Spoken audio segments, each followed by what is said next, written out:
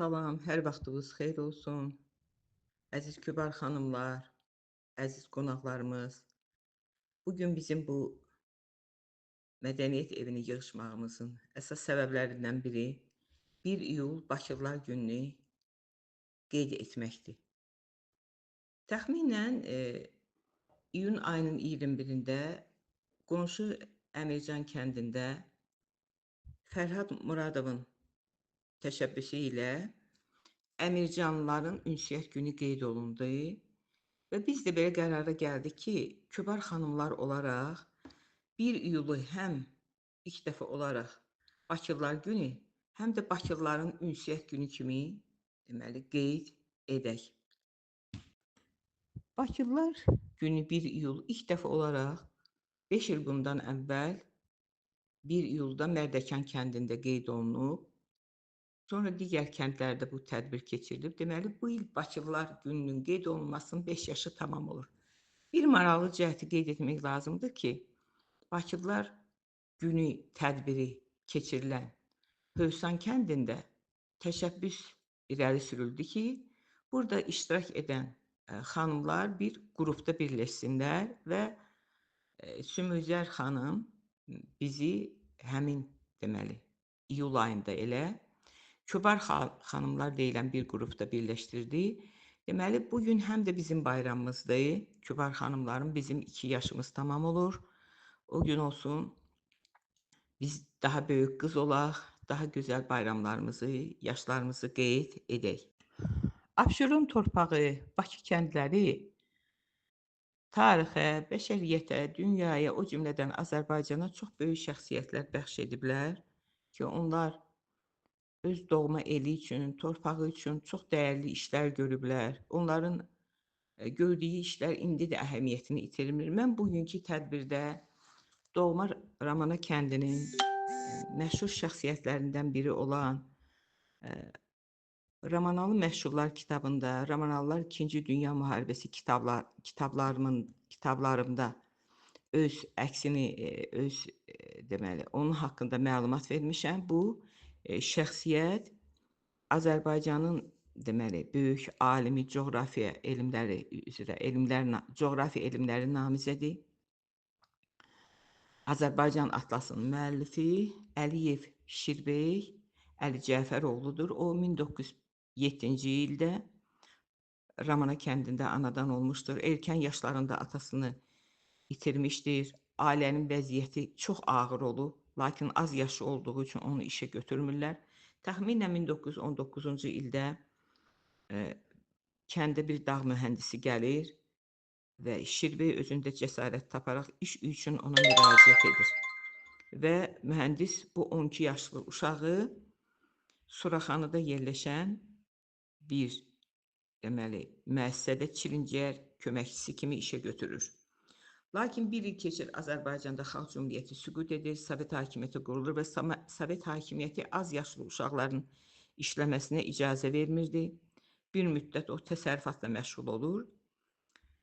1925-ci ildə artıq 18 yaşı olanda o mədəndə, Leninneftdə fəhli kimi işləməyə başlayır. O dövrdə Abşeronda, Bakıda, xüsusilə neft çıxan Bakı kəndlərində gənclərin, cavanların belə bir arzusu var idi. Onların babaları, ataları mədəndə işləyən bu gənclərin arzusu mədənlərdə işləyib neft çıxarmaq və usta olmaq arzusu idi. Və Şirbey də belə fikirləşirdi ki, bir gün o da usta olacaq və onu hamı usta Şirbey kimi adlandıracaq.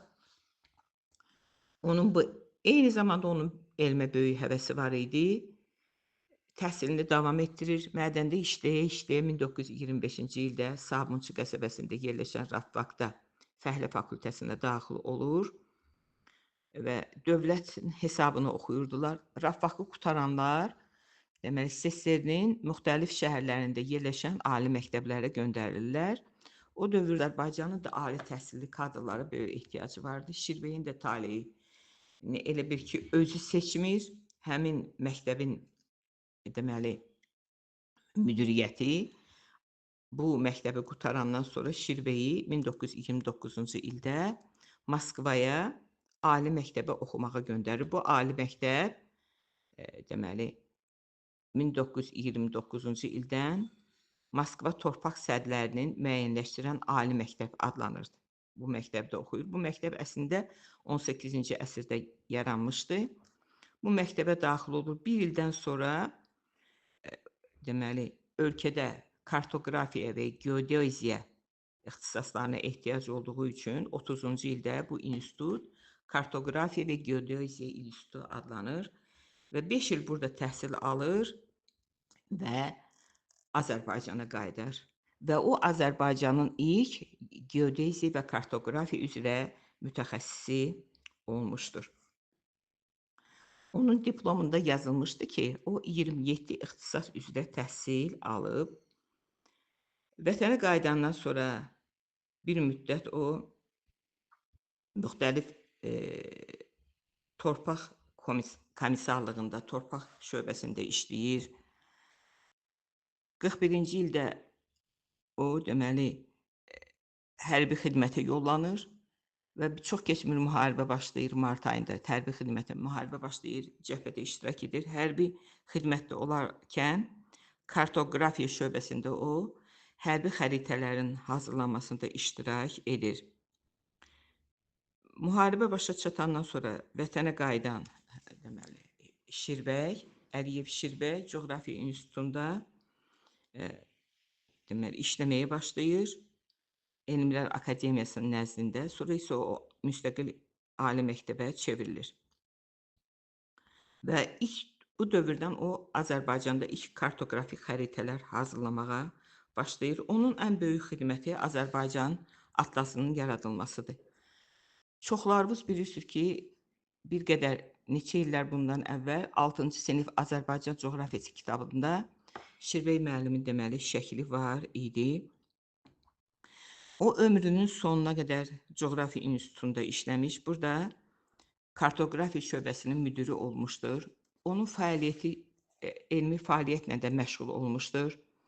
O 19-cu əsrin əvvəllərinə qədər Xəzər dənizinə dair xəritələrin tarixi şərhi və analizi mövzusunda dissertasiya müdafiə edir və bu zaman 44 xəritədən istifadə etmişdir.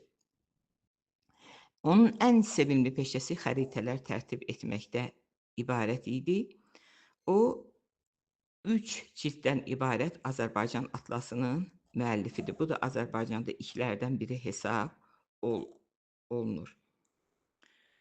O ali məktəbdə dərs deyirdi və görürdü ki, kənddən gələn tələbələr rus dilini bilmədikləri üçün coğrafi terminləri öyrənməkdə çətinlik çəkirdilər və bunun üçün o coğrafi terminlər lüğətini Azərbaycan dilində hazırlamışdı. Şirbəy müəllim ömrünün sonuna qədər həmin ali məktəb institutda, demək, Coğrafiya İnstitutunda işləmişdir. Eyni zamanda o, deməli, öz doğma elindən, torpağına bağlı olan bir insan olmuşdu. Onunla əlaqə saxlayırdı, yəni o şəhərdə yaşasa da doğma kəndi ilə əlaqə saxlayırdı. Kəndin küçələrinin asfaltla döşənməsində, kənd klubunun təmir olunmasında onun, deməli, böyük rolu olmuşdu. Eyni zamanda o dövrdə avtobus Əsədullayev deyilən bir yerdə dayanırdı. Həmin avtobusun, deməli, meydana qədər gəlməsi üçün, yuxarı qalxması üçün təşəbbüs göstərmişdi. 50-ci illərdə Ramana qalası bayır divarları dağılmaq üzrə idi. O müəyyən orqanlara müraciət etmiş və 56-cı ildə burada təmir bərpa işləri aparılmışdı. Bunu etməsəydi, Ramana qalası da bir çox Abşeron qalalarının taleyini yaşayardı. Onun gördüyü ən mühüm işlərdən biri də özü müharibə iştirakçısı idi. 1975-ci ildə qələbənin 30 illiyi ilə əlaqədar bir çox Bakı kəndlərində deməli abidələr açıldı, əskər abidələri, 41-45 müharibə iştirakçısı. O da bununla əlaqədar müəyyən orqanlara müraciət etmişdi və Bakı Ramana kəndində də bu abidə 1975-ci il mayın 9-da açıldı, ana abidəsi. Ancaq çox təəssüflər olsun ki, Şirbəy müəllim onu görə bilmədi. 1975-ci il fevralın 25-də o vəfat etdi. O öz doğma Ramana kəndində dəfn olunmuşdur. Onun dəfni bütün Ramanalıların deməli biz, eee, bu gözəl insanı, dəfn mərasimində bütün kənd cəmaatı iştirak etmişdi. Kənd ağsaqqalı olan Möhsün kişi ağlayaraq, deməli, belə bir söz söyləmişdi ki, bu gündən Ramanallar, deməli, burada çıxış edərək yetim qaldı. Çünki Şirbey müəllimin ölümü ilə onlar öz atalarını, yaxın insanlarını, onların təəssübünü çəkən bir insanı itirdilər. Allah rəhmət eləsin belə insanlara, belə gözəl alimə, öz doğma torpağını, elini, Azərbaycanını sevən insanlara. Bayramınız da mübarək olsun.